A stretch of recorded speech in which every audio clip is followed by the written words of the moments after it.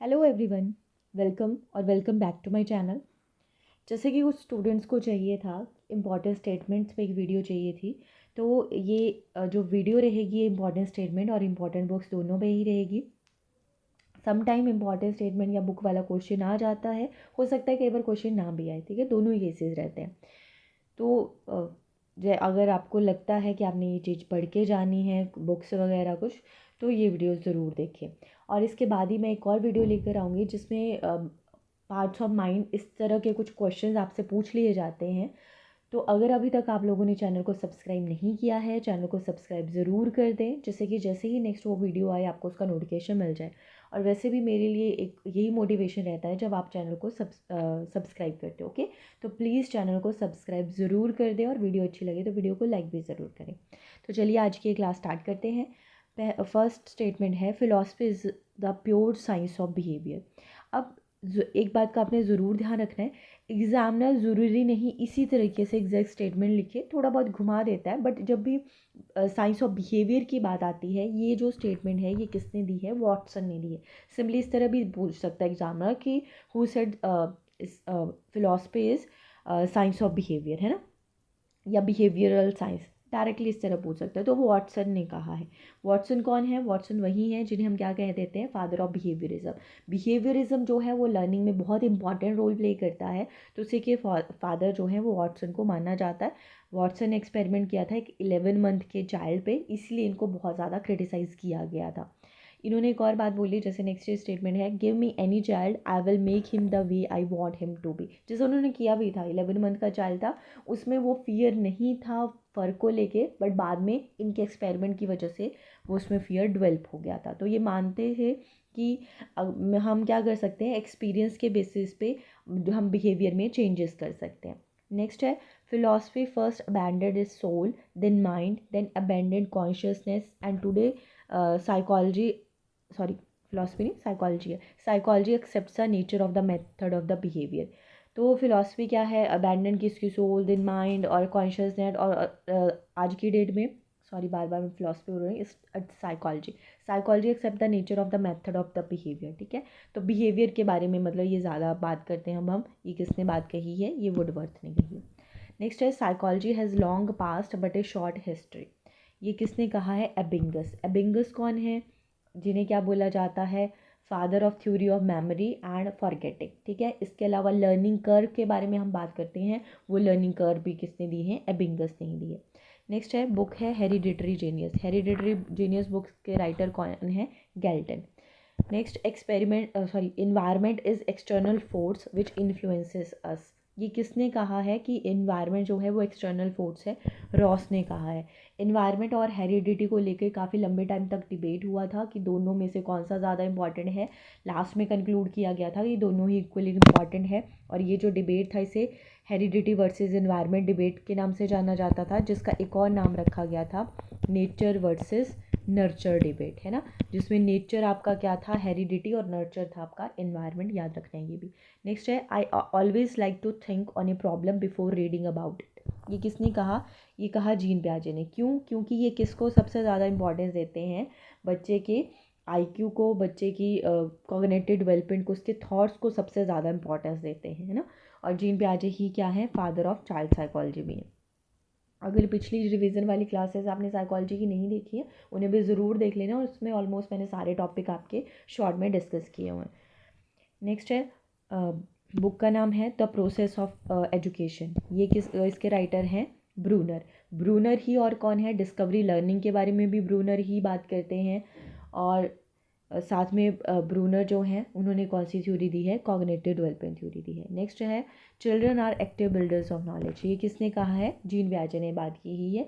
ये इनका मानना है कि बच्चा नॉलेज को एक्टिवली कंस्ट्रक्ट कर सकता है जैसे जैसे वो इन्वायरमेंट को एक्सप्लोर करेगा। नेक्स्ट है, learning is the modification of behaviour through experience and training. ये किसने कहा है? गेट्स ने कहा है। नेक्स्ट बुक है, बुक का नाम है एनिमल इंटेलिजेंस, और किसने दी है? थॉर्नडाइक ने दी है। थॉर्नडाइक कनेक्शनिज्म के बारे में बात करते हैं, ये आपने याद रखना है।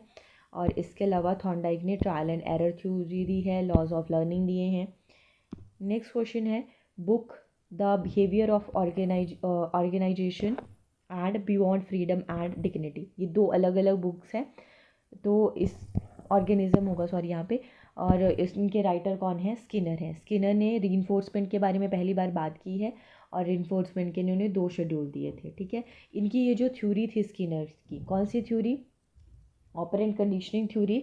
आप मुझे बताओगे ये जो ऑपरेंट कंडीशनिंग थ्योरी है स्किनर की, ये किससे इन्फ्लुएंस्ड थी?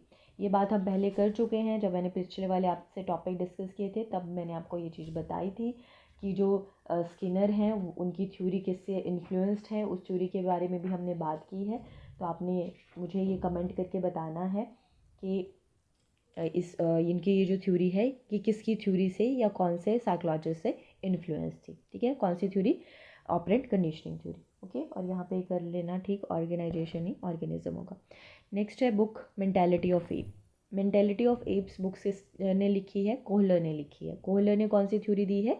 इनसाइट लर्निंग थ्योरी दी थी, और इन्होंने चिंपैंजीज या एप्स पे एक्सपेरिमेंट किया था, जिसमें सबसे इंटेलिजेंट चिंपैंजी का नाम क्या था? आपका कोहलर था। नेक्स्ट है learning is acquisition of habits, knowledge and attitudes. अब क्रो की डेफिनेशन कई बार पूछी जाती है, तो ये लर्निंग के बारे में बात करते हैं। लर्निंग क्या है? Acquisition of habits, knowledge and attitudes by Crow, ये डेफिनेशन दे रखी है। नेक्स्ट है intelligence is the ability to learn.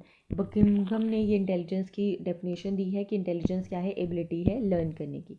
Next आता है intelligence is general capacity of an individual consciously to adjust his thinking to new situation.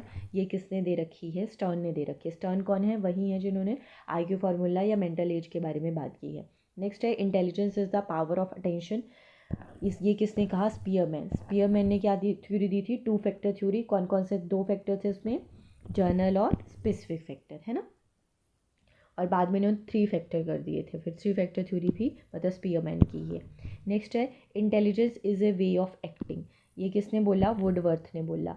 Way of acting या इस तरह के सिनोनिम वर्ड्स की किस तरह बिहेव करते हैं ऐसा भी दे दे, तो आपने ध्यान रखना है कि वो ज़रूरी नहीं ऐसे ही एग्जैक्टली लिख के दे एग्जाम में, थोड़ा बहुत चेंजेस करके भी लिख देता है, तो आपने उस बात को समझना है, रटना नहीं है।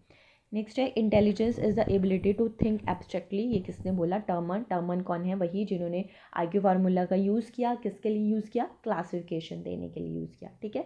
तो यहाँ पे मैं एक और क्वेश्चन आपसे पुट ऑन कर रही हूँ।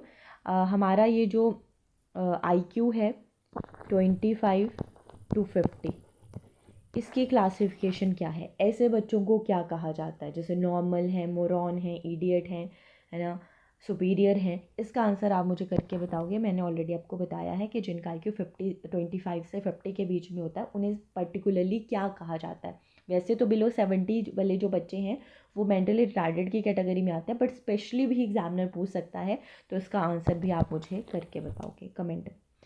नेक्स्ट है evaluation is the assignment of symbols to phenomenon in order to characterize the worth or value of a phenomenon, usually with reference to some cultural or scientific standard। ये किसने कहा है? Bradfield ने कहा है। स्पेशली इवैल्यूएशन के बारे में ये बात करते हैं। इवैल्यूएशन क्या है? एक तरह का जजमेंट जो की जाती है किसी प्रोसेस के बाद। यहाँ पे एजुकेशन के बारे में है, ऐसे ही किसी भी प्रोसेस में ये हो सकता है। नेक्स्ट आता है educational psychology is the science of education. ये किसने कहा है? पील ने कहा है कि साइंस ऑफ एजुकेशन है एजुकेशनल साइकोलॉजी। नेक्स्ट है mental hygiene means investigation of the laws of mental health and taking of measures for its preservation. ये किसने कहा है? ड्रेवर ने कहा है मेंटल हाइजीन या हेल्थ के बारे में। नेक्स्ट है senses are gateways of knowledge. ये किसने कहा है? रूसो ने ये बात की है। रूसो के बारे में याद रखना है, ये प्रोग्रेसिव एजुकेटर आते हैं और इसमें भी नेचरलिस्ट आते हैं, जैसे कि जॉन डेवी भी प्रोग्रेसिव एजुकेटर हैं और इन्होंने क्या कहा है? Education as life. ये इनका बहुत इंपॉर्टेंट कोट आता है, ये आपने याद रखनी है चीज़, ठीक है। और यहाँ पे एक और चीज़ रूसो के बारे में याद रख लेना। रूसो ने बच्चों को कहाँ से रिमूव करने की बात कही है? सोसाइटी से, ठीक है। अब सोसाइटी से मतलब ये नहीं कि सोसाइटी से बाहर कर देना है। एजुकेशन सिस्टम के बारे में एक्चुअली बात कर रहे थे कि फॉर्मल एजुकेशन सिस्टम बेकार है, तो ऐसे सिस्टम से बाहर लेके आना है बच्चों को। नेक्स्ट है heredity is the sum total of involve individual traits. ये किसने कही है? BN झा ने कही है। ये भी एक इम्पॉर्टेंट स्टेटमेंट है। नेक्स्ट है बुक है the conditions of learning. Conditions of learning book के राइटर कौन है? हमारे रॉबर्ट गैने हैं। रॉबर्ट गैने ने क्या दी है?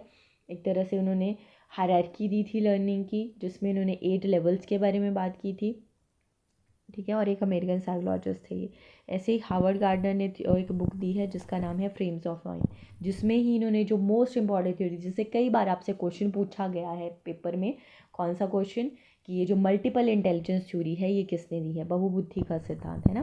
तो मल्टीपल इंटेलिजेंस थ्योरी किसने दी है, हार्वर्ड गार्डनर ने दी है, और इसी बुक में इन्होंने दी थी फ्रेम्स ऑफ माइंड, जिसमें इनिशियली उन्होंने 7 टाइप बताए, फिर 8 कर दिया उन्होंने, फिर उसको 9 कर दिया। तो एग्जामिनर जो भी पूछे, कई बार नंबर पूछना है कि हाउ मेनी टाइप्स गिवन, तो जो भी ऑप्शन में उसके अकॉर्डिंग आपने चूज़ कर लेना है।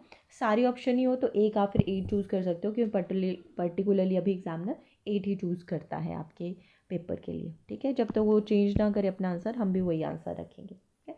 तो आज के लिए बस इतनी स्टेटमेंट्स और मेरे पास बुक्स थी, और भी अगर होंगी तो बीच में मैं नेक्स्ट जो वीडियो लेके आऊँगी उसमें इंक्लूड कर दूँगी, ओके। और चैनल को सब्सक्राइब नहीं किया है तो चैनल को प्लीज़ सब्सक्राइब कर दें, और वीडियो को ज़्यादा से ज़्यादा शेयर भी कीजिए, जिससे कि ज़्यादा से ज़्यादा सब्सक्राइबर और लाइक्स आ सकें। That's all for today, thank you for watching.